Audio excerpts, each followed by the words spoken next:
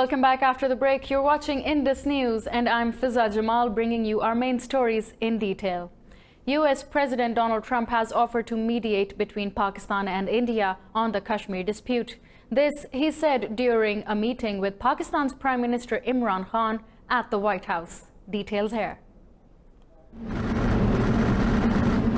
Signaling a shift in US policy on the Kashmir dispute, President Donald Trump said his country could possibly intercede in strained Pakistan-India ties. I think they'd like to see it resolved, and I think you'd like to see it resolved. And if I can help, I would love to be a mediator. It shouldn't be, I mean, it's impossible to believe two incredible countries that are very, very smart, with very smart leadership, can't solve a problem like that. But if you would want me to mediate or arbitrate, I would be willing to do that. Prime Minister Imran Khan said Pakistan is willing to hold dialogue with India to resolve all outstanding issues. We have tried our best. We've made all overtures to India to start dialogue, resolve our differences through dialogue, but unfortunately we haven't made headways as yet. On Afghanistan, President Trump said Pakistan is helping the United States in the peace process. I think Pakistan is going to do a lot. I really do. I think Pakistan is going to make a big difference. I think Pakistan will save millions of lives in Afghanistan, because I really believe they have a power that other nations don't have with respect to Afghanistan. He said the United States is working with Pakistan to withdraw its forces from Afghanistan. Yeah, we have already withdrawn quite a few, and we're doing it very slowly, very safely. And we're working with Pakistan and with, as you know, we're negotiating with the Taliban. And we are doing, I think, very well in that regard. In his comments, Imran Khan said there is no military solution to the war in Afghanistan. If you go all out military, there will be millions and millions of people who would die. So there is only one solution. And I feel, and I think we will discuss this, it's the closest we have been to a peace deal. Referring to bilateral ties, President Trump said the US is willing to invest in Pakistan. He also hinted at restoring aid to Pakistan. And US President Donald Trump has accepted an invitation to visit Pakistan. Pakistan Foreign Minister Shah Qureshi says the invitation was extended by Prime Minister Imran Khan. In a press brief in Washington, Qureshi said Khan's US visit was a success. He said both sides have expressed joint resolve to work on peace and stability in Afghanistan and South Asia. Qureshi said both sides agreed to build enduring trade and defense ties. And in a very important development, the UK will today discover the identity of its new Prime Minister 2 months after Theresa May said she would step down. The result of the ruling Conservative Party leadership ballot will be announced in London just before midday. The victor will officially become Prime Minister tomorrow. Boris Johnson is still the favourite to beat Jeremy Hunt. The month-long leadership campaign has been dominated by arguments over Brexit. Johnson favours adhering to the October 31st Brexit deadline agreed with the EU with or without a deal, but Hunt has suggested he might delay Brexit rather than drop out without agreement. More from the UK. It says it will seek to establish a European-led maritime mission to ensure safe shipping through the Strait of Hormuz. Speaking in Parliament, Foreign Minister Jeremy Hunt said there will be no compromise on freedom of navigation. More in this report.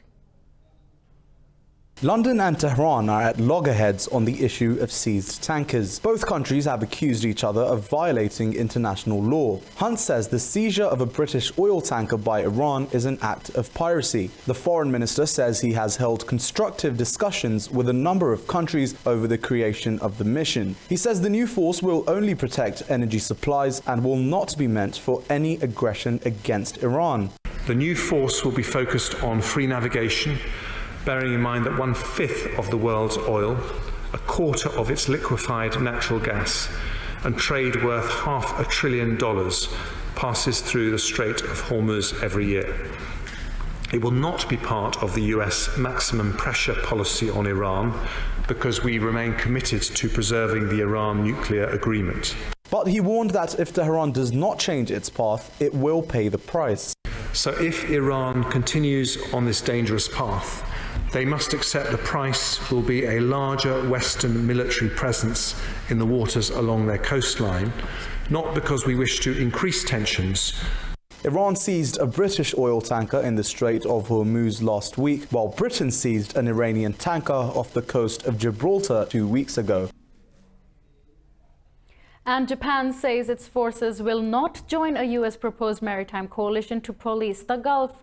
This comes a day after U.S. National Security Advisor John Bolton met Japan's Foreign Minister Taro Kono. Chief Cabinet Secretary Yoshihide Suga says Japan's stance on the Gulf crisis has not changed. Earlier, Prime Minister Shinzo Abe said Tokyo wants to play its role in reducing tensions between the U.S. and Iran. In June, Washington proposed a multinational coalition to bolster maritime security in the Gulf.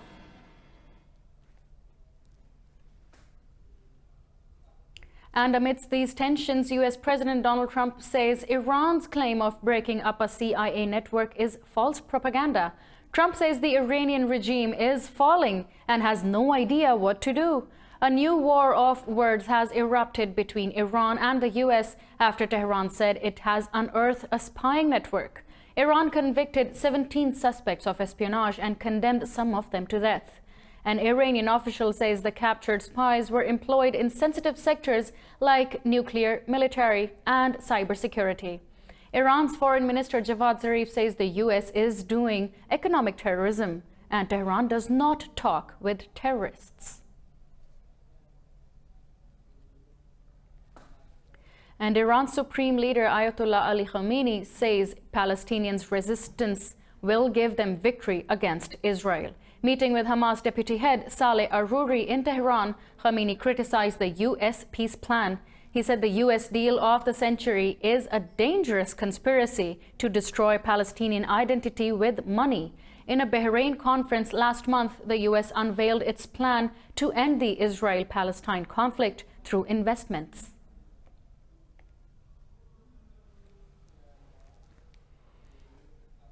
Moving on to Syria, where 43 people have been killed in an airstrike on a vegetable market in the northwestern part of the country. Russia denied responsibility for the attack after a rescue service blamed it for the strike. War monitors say 100 others were wounded. The strike comes a day after 18 civilians were killed in Russian air raids in Idlib province. Meanwhile, Turkey has threatened to launch a military operation if a planned safe zone in northern Syria is not established. Turkey's Foreign Minister Mevlut Çavuşoğlu was scheduled to meet U.S.-Syria envoy James Jeffrey. Çavuşoğlu says he hopes disagreements regarding the U.S.-supported YPG group are settled in the meeting.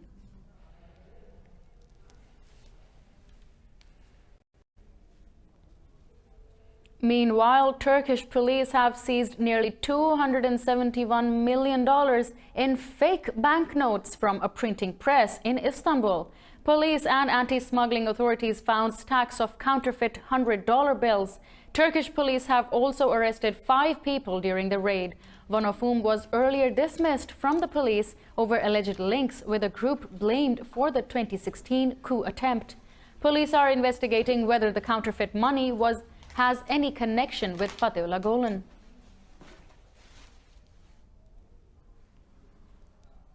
Fourteen European Union states have agreed to a Franco-German solidarity mechanism for migrants.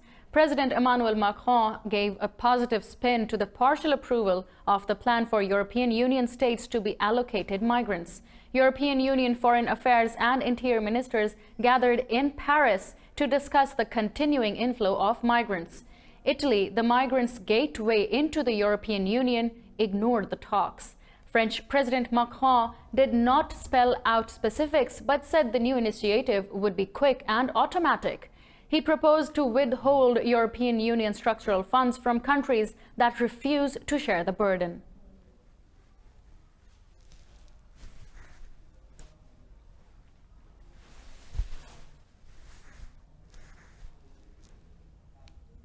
South Korea says its warplanes have fired warning shots at Russian military planes after they violated its airspace.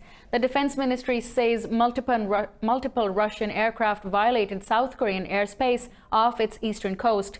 The ministry says it was the first such intrusion by Russian warplanes.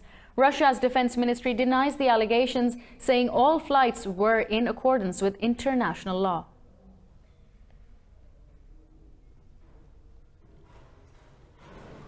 Well, now it's time for us to take a short break. Don't go anywhere.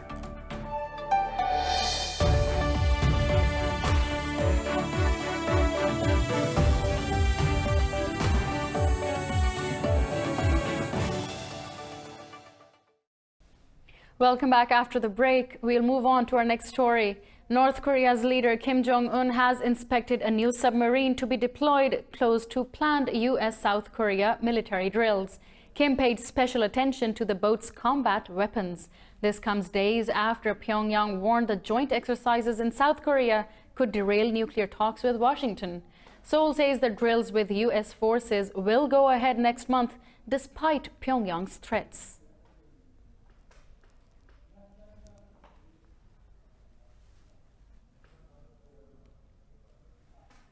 The Philippines' President Rodrigo Duterte has urged lawmakers to restore the death penalty for drug pushers. After winning midterm elections in May, Duterte's allies blocked his most controversial proposal to reinstating capital punishment. However, some allies, including the first head of Duterte's drug war, back the death penalty.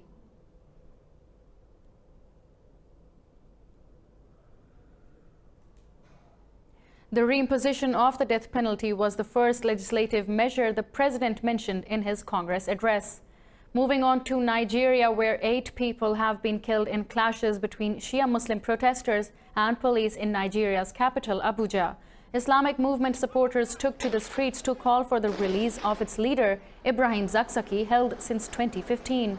During the clashes, police fired live ammunition and tear gas at protesters threw petrol bombs. A journalist and a policeman were among those dead. Police said 54 protesters were arrested. Amnesty International has condemned the police action, calling it a reckless use of force against freedom of speech. IMN members regularly protest in Abuja to demand Zakzaki's release. Supporters claim the police opened fire on a peaceful demonstration.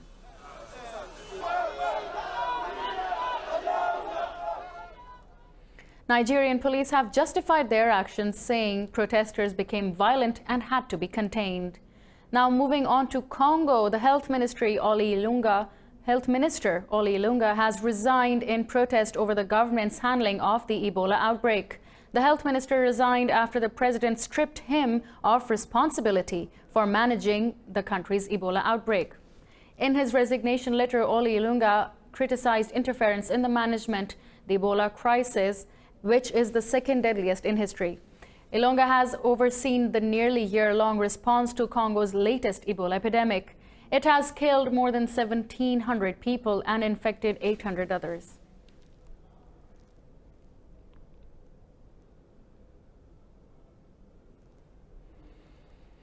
Now, Venezuela says a U.S. military aircraft has violated the country's airspace for the second time in 3 days.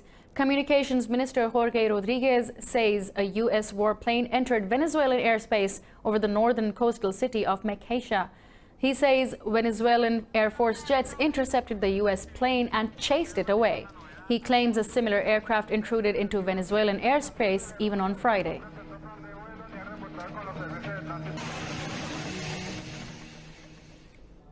Still in Venezuela, more than half of the country is in darkness after an electromagnetic attack struck its hydroelectric system. Officials say the blackout affected at least 14 out of 23 states and the capital, Caracas. It caused chaos on roads as traffic lights and the subways stopped working during rush hour. This is the first blackout to hit Caracas since March. 4 months ago, Venezuela suffered a series of power cuts that left millions of people without running water and telecommunications.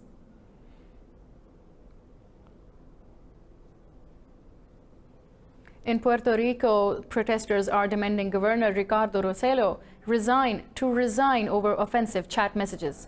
Rossello has already announced he will step down as head of the new Progressive Party, but this has no effect on protesters who are demanding he quits immediately.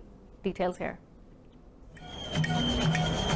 Chat messages exchanged between Governor Ricardo Rossello and his top aides are threatening to bring down the Puerto Rican government. On July 13th, 900 pages of text exchanged between Governor Ricardo Rossello and his top aides were released to the public. They included profanity-laced sexist comments which offended the public. This governor came with the promise of a clean government. We also went through a hurricane and we are still suffering the damage, the scarcity and the destruction that was caused by the hurricane. We know that the funds have arrived, but there are still many people who live under the bare sky and have no ceiling. Governor Ricardo Rossello has said he will not seek a re-election in an attempt to placate protesters, but enraged demonstrators demand he step down with immediate effect.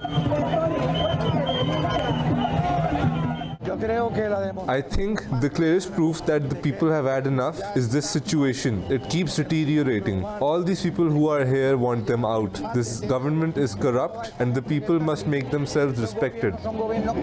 Many business owners have kept their shops and offices closed. There is also a call for a general strike from trade unions. Protesters say they will not back down until Ricardo Rossello is out of office.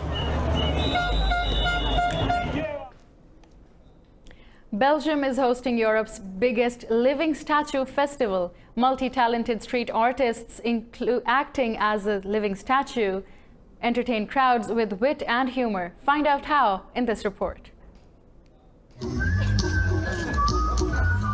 Belgium's Living Statue Festival exhibits over 100 artists posing as mannequins. Instead of frozen poses, the statues interact with the public while surprising them with an unexpected trick.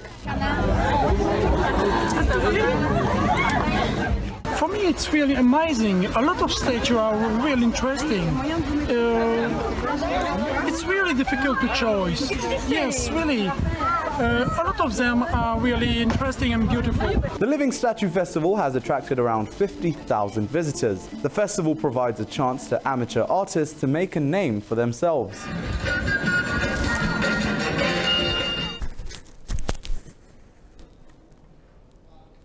The UK has postponed its decision on Huawei's role in building its next generation 5G mobile networks.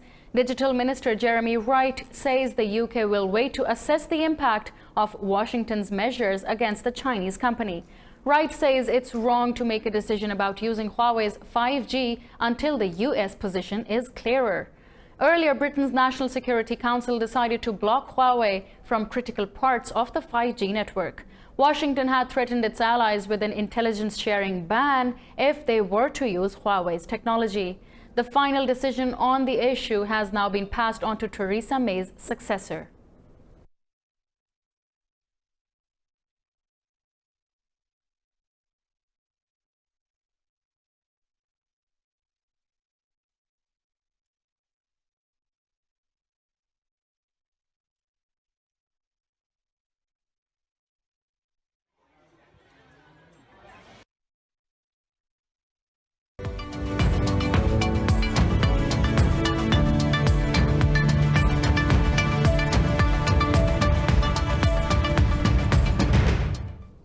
Let's take you to the world of business, where Asia-Pacific stock markets have edged up as investors await the outcome of a forthcoming U.S. central bank decision on interest rates.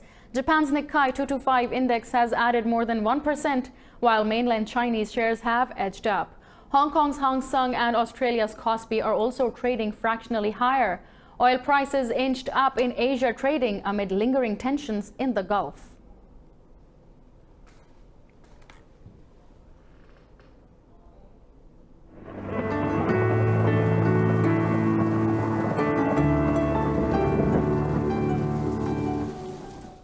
It's quite sunny outside here in Lahore, but let's see what the weather is looking like today around the globe.